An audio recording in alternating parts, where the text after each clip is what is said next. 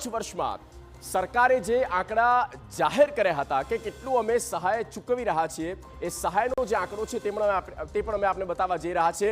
રાજ્ય સરકાર દ્વારા છેલ્લા 5 વર્ષમાં જે આંકડા જાહેર કરવામાં આવ્યા, આ આંકડો પણ અમે આપને બતાવી રહ્યા છે, જેથી આપને પણ ખ્યાલ આવે, કમ્પેરિઝન થાય કે કયા વર્ષમાં કેટલું ચૂકવવામાં આવ્યું હતું। 2019માં જે આંકડો સામે આવ્યો હતો તે છે 3,795 કરોડ રૂપિયા। 2019માં રાજ્ય સરકારે આ રકમ ચૂકવી હતી, એટલે કે એ પછી કયા ફંડમાંથી છે તે પણ અમે આપને કહીશું। 2019ની વાત કરીએ, 3,795 કરોડ રૂપિયા।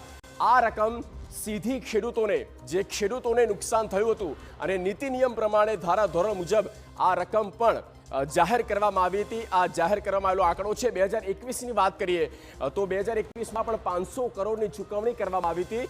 વધારે નુકસાન થાય છે તો સરકારે વધારે ચૂકવણી કરી અને જ્યાં ઓછું નુકસાન છે તો એ પ્રમાણે સહાય એક સર્વેક્ષણ કરીને સર્વે કર્યા પછી એક આંકડો આ રીતે જાહેર કરવામાં આવતો હોય છે। 2021માં 500 કરોડ રૂપિયાની ચૂકવણી રાજ્ય સરકાર તેમના કૃષિ વિભાગ દ્વારા જાહેર કરવામાં આવી। 2022ની વાત કરીએ, 2022માં 630 કરોડની ચૂકવણી કરવામાં આવી હતી।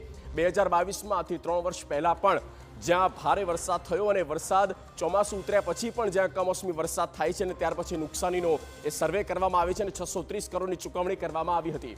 2024ની વાત કરીએ, 1,419 કરોડ રૂપિયાની ચૂકવણી કરવામાં આવી હતી વર્ષ 2024માં, અને આંકડો ક્યાંક ઓછો પડ્યો ત્યારબાદ કેટલીક રકમ ઉમેરવામાં પણ આવી હતી પાછળથી। આપને ખ્યાલ છે કે 2024માં એક સર્વેક્ષણ કરવામાં આવ્યું હતું અને તેમાં પણ ખૂટતું લાગ્યું તો વધુ એ રકમ જે છે તે રાજ્ય સરકાર દ્વારા ચૂકવણી કરવામાં આવી હતી। એટલે કે આમાં પણ જે નિયમો હોય છે કે એસડીઆરએફના ફંડમાંથી આપવામાં આવે છે અને બાકીનું જે છે તે સરકાર તેમની રીતે ચૂકવે છે।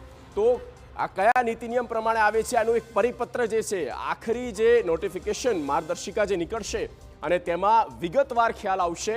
પણ અત્યારે હાલમાં જે ઓફિશિયલ અનાઉન્સ કરી દેવામાં આવ્યું છે કે 10,000 કરોડની આ લિમિટ છે અને 22,000 રૂપિયા પ્રતિ હેક્ટર ચૂકવવામાં આવશે।